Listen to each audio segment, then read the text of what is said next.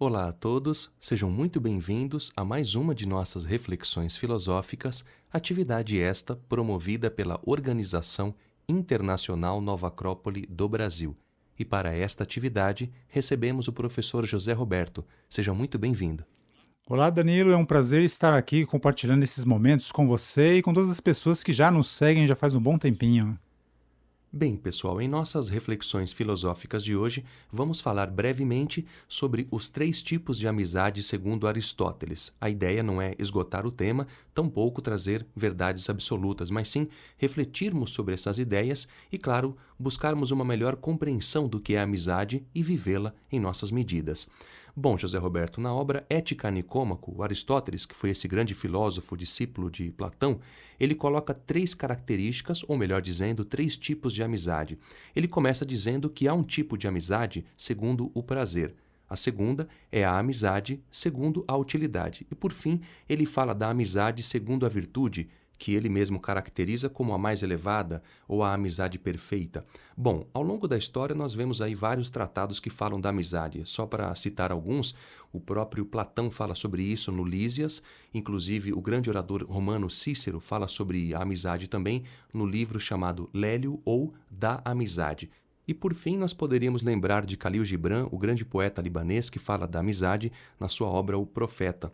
Enfim, José Roberto, agora falando do século XXI, no mundo moderno, na era das comunicações, nós percebemos, de um modo geral, a grande confusão que nós temos feito em relação à verdadeira profundidade da amizade. Tanto é que nós vemos hoje um excessivo coleguismo, amizades que buscam sempre a utilidade ou o prazer, ou na maioria dos casos que visam isso, confundindo esses valores com a verdadeira virtude ou a amizade perfeita, como nos ensina Aristóteles.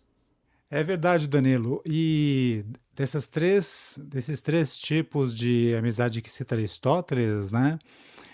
Nós temos que pensar que não é, como diria Platão em outros temas, né? Não é uma coisa ou outra, né? É uma coisa e a outra.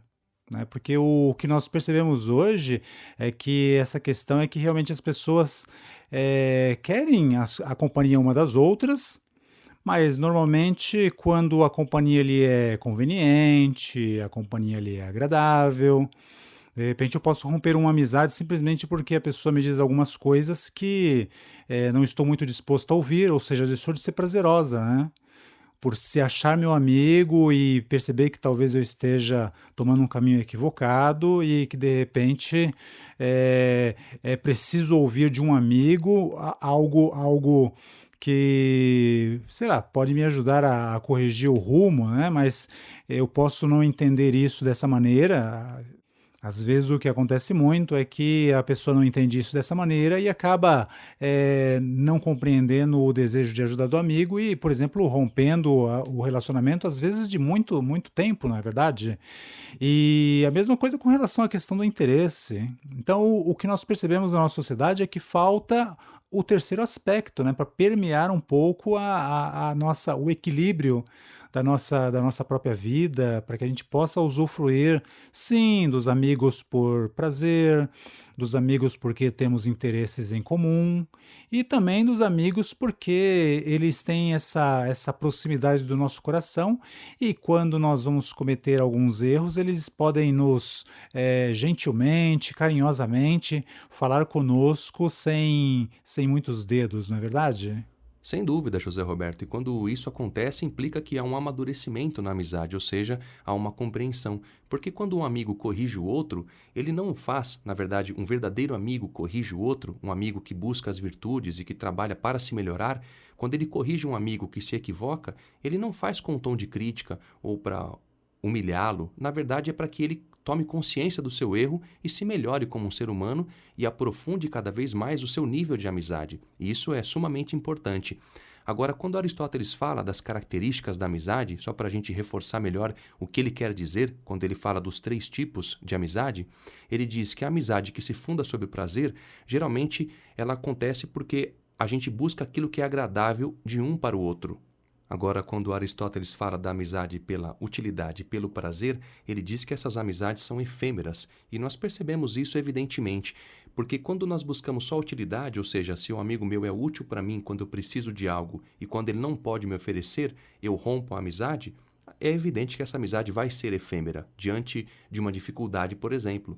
Porque se a gente busca só o prazer também na amizade, há que entender isso, porque não é que o prazer seja ruim, mas quando as coisas vão bem e está tudo bem entre a amizade, é muito fácil ter amigos. Agora, quando há uma adversidade, nós percebemos que muitos dos amigos se afastam. E aí fica claro que essa amizade, pelo prazer unicamente, também ela é efêmera. É claro, né, Danilo? É pouco duradoura porque é pouca profundidade também. De certa maneira, nós vamos perceber que esses filósofos eles consideram que para ser amigo de alguém, primeiro nós temos que ser, talvez, em algum momento, amigo profundo de nós mesmos, né? Estarmos seguros das nossas ideias, para que a gente possa, num relacionamento, na verdade, qualquer tipo de relacionamento, né? Mas também na amizade, para que a gente possa realmente irmos nos aprofundando no outro, tendo capacidade de falar, mas também capacidade de ouvir, né? Inclusive é muito interessante que estava na companhia de alguns amigos e estávamos conversando em 4, 5 pessoas. Aí um deles, né, se volta para um dos componentes do grupo e pergunta assim: Poxa, eu estou vendo nos seus olhos, no seu rosto, que você parece que está um pouco triste, está acontecendo alguma coisa? Aí a pessoa discretamente vai para o canto, essa pessoa acompanha ela, e os dois começam assim a conversar, e as outras pessoas não tiveram essa percepção, né? E é isso que nós esperamos de um amigo, né? Que ele esteja atento a detalhes que a outras pessoas passam desapercebidos. E é o tipo de comportamento mais ou menos corriqueiro que nós não vemos tanto na nossa atual sociedade. Agora, a amizade que visa a virtude, segundo Aristóteles, seria a amizade perfeita. E ele descreve dessa maneira essa característica ou essa qualidade da amizade perfeita. Ele diz assim: a amizade perfeita é aquela que existe entre os homens que são bons e semelhantes na virtude, pois tais pessoas desejam o bem um ao outro de modo idêntico e são bons em si mesmos.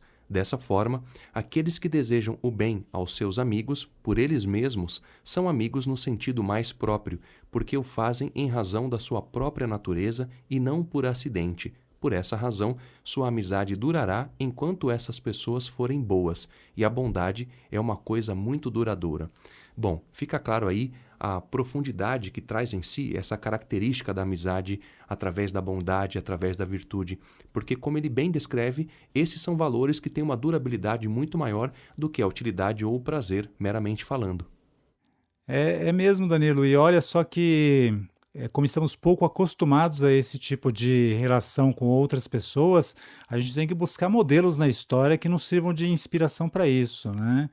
Eu vejo muito na relação entre Sócrates e Platão, um não só era mestre do outro, mas tinham uma verdadeira afeição pelo outro. Com relação a outro discípulo de Sócrates, né, chamado Epaminondas, que não era tão afeito ao mestre quanto o mestre ao seu discípulo, o Sócrates ia buscá-lo quando ele estava na gandaia, digamos assim, para lembrá-lo que ele tinha um grande potencial, não só como general, mas também como ser humano, né? Quer dizer, Sócrates ia até Epaminondas, né, lembrá-lo de que ele era um ser humano. Então, o que é isso, né? Isso é muita dedicação, é muito amor, é muito altruísmo. Já na relação entre Sócrates e Platão, o amor, o altruísmo, a amizade, o dever discipular era recíproco. E olha que é interessante, né, que nós percebemos que é uma amizade propriamente filosófica, porque Sócrates e Platão não tinham nada em comum. Dizem que Platão era belíssimo, né? E Sócrates parecia um sileno.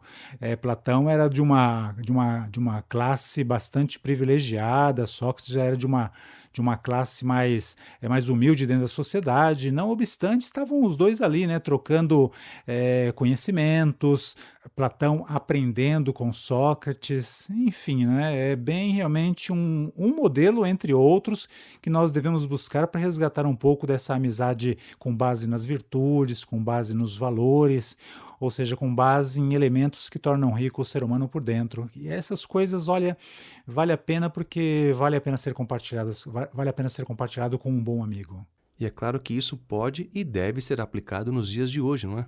Ah, com certeza, né, Danilo? Acho que tudo que é bom, não importa se é de 500 anos atrás, de 2000 ou de 5.000 anos atrás, né, tem o valor da luz do sol, né? É o mesmo sol milhões de anos atrás, com luz e calor, e ainda é o mesmo sol hoje. Então, tudo aquilo que dá brilho à nossa vida, dá calor a nós, ao nosso coração, dá calor à nossa alma, dá calor à nossa capacidade de irmos nos apercebendo do outro, nos aproximando do outro, nos enriquecendo com esse contato, né? Não porque eu quero algo, mas porque o outro me complementa, né?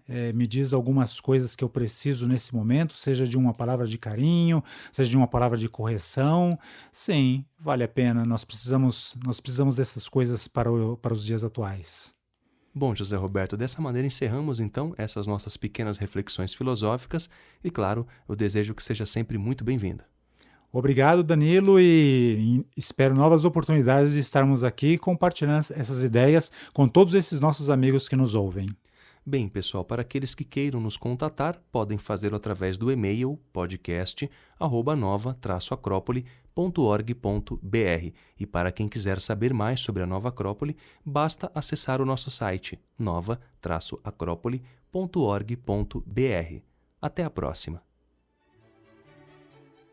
A trilha deste podcast é de autoria de Mozart e chama-se Pequena Música Noturna.